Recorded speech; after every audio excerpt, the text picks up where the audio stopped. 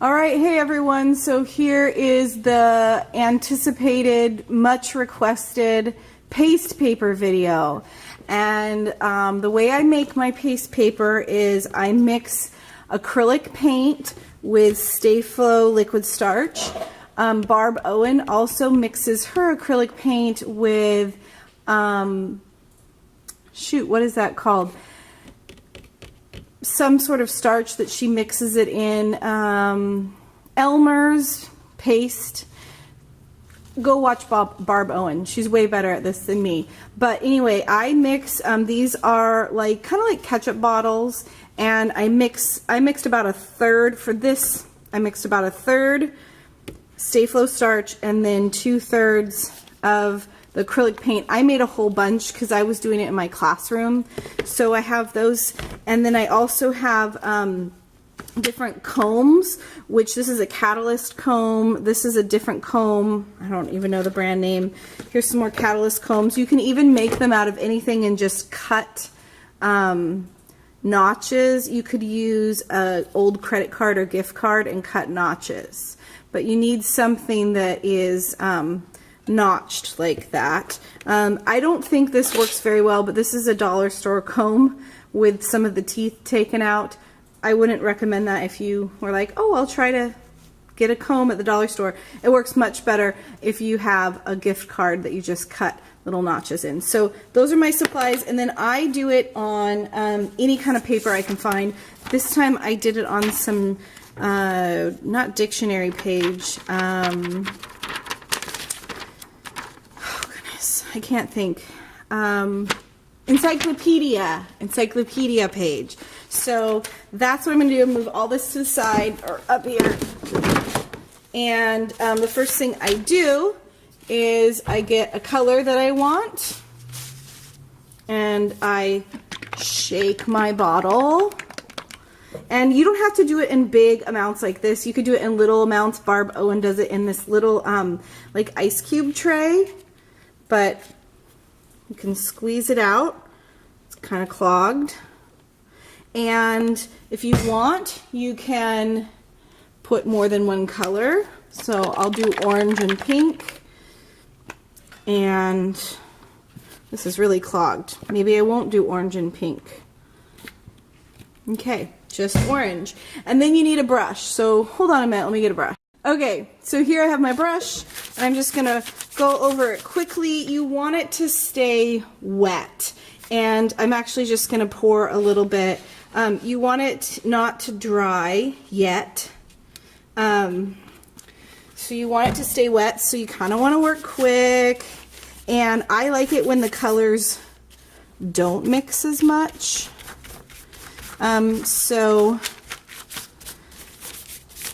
And I've done it on every different kind of paper. Magazine paper works well. So there we go. That's our first step. Then you're going to take any sort of comb and you're going to comb it. And you can just start combing like that. And then you can go the other way, the third way. Okay, so there's one, and that's done. It dried right there before I was able to comb it. So that's the first layer. So let me do one more. Get a blank page here. Here has some text on it. Let's do this turquoise. Turquoise is my favorite color. So make sure, I'm in frame here. And my brush is still dirty. I don't care. You do want to think about what will create mud when you mix the colors, if you care about that. This is more like the amount of paint that you should use. It's all very free. I don't really like, there's not a lot of rules. So you can also do kind of scallops like that. The other thing I tell people is, if you don't like it, take the brush, go over again, do something else. So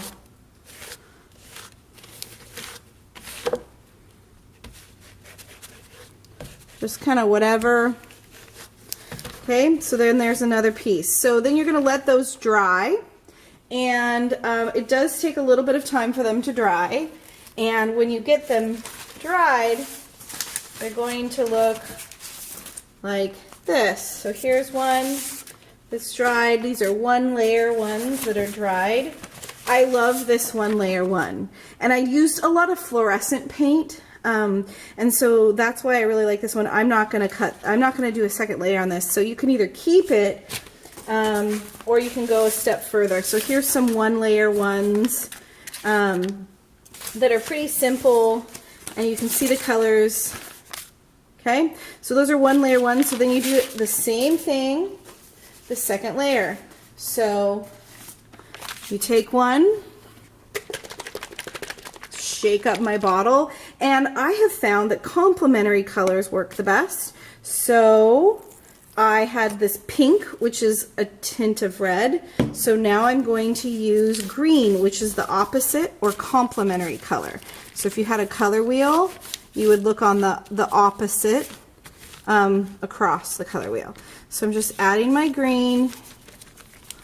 Make sure I'm still recording. I think I am. And then, you know, you can do all sorts of different patterns. And that complementary color comes through. And it just looks fantastic. So there's another one. I'll let this one dry. Let's see. So I did pink and green. So I don't have yellow, but the opposite, oh, that would be pink and green as well. Here's blue, so let's do an orange on top. Shake up my orange. The kids love doing this. They just get all messy and have fun. And then I use these for all sorts of collage paper. I think you guys saw Shelly used it for her book cover the other day, and that's what you guys were all telling me I needed to do a tutorial. So here's your tutorial. There's no secret. I essentially do what Barb Owen does. I have been actually making these for right around 20 years because I took a class in college, but you don't need a class to see how the underlayer comes through, and I think it looks pretty cool. All right, so there we go. So I'm going to clean up this mess and come back and show you my results. Okay, so one side note is you can take all this mess here and make a paste paper out of this too. This is just my drop paper. So I often actually use just like brown paper or something, like you can use a paper bag if you had a paper bag. But right now I'm just gonna fold this up and show you some dried ones. These are not the ones that I just created. So, but here is one on the dictionary or the encyclopedia page with the opposite colors, which are called complementary colors. And you can see underneath was the orange, and let me see if I can zoom in because that would be better. And you can see little scrapes of the orange where you kind of had curved lines, and then the blue is on top. So the other thing is that I added in some pearlescence to some of my paint on the second time. So the first time I didn't add them in. So you probably can see a little bit of the sheen when I move it. But in person it looks really cool. This looks awesome in person. I'm under what's it called, lights right now, fluorescent lights, so this doesn't look as cool on the video, but this is like multicolored. It's like Joseph and the Amazing Technicolor Dreamcoat. So there's another one. I love this one with the circles. How cool would that be on a journal cover? Or you could cut out shapes and make things. This one I made really quickly, and it's orange on the bottom and green on top. and I love it. It's really beautiful in person. This is in the same idea. Pink on the bottom, fluorescent pink on the bottom, and green on top. And the last one I have here is kind of a rainbow. We have pink and orange and yellow on the bottom, and green and blue on the top. So that's how we do it. That's how I do it. That's my secret.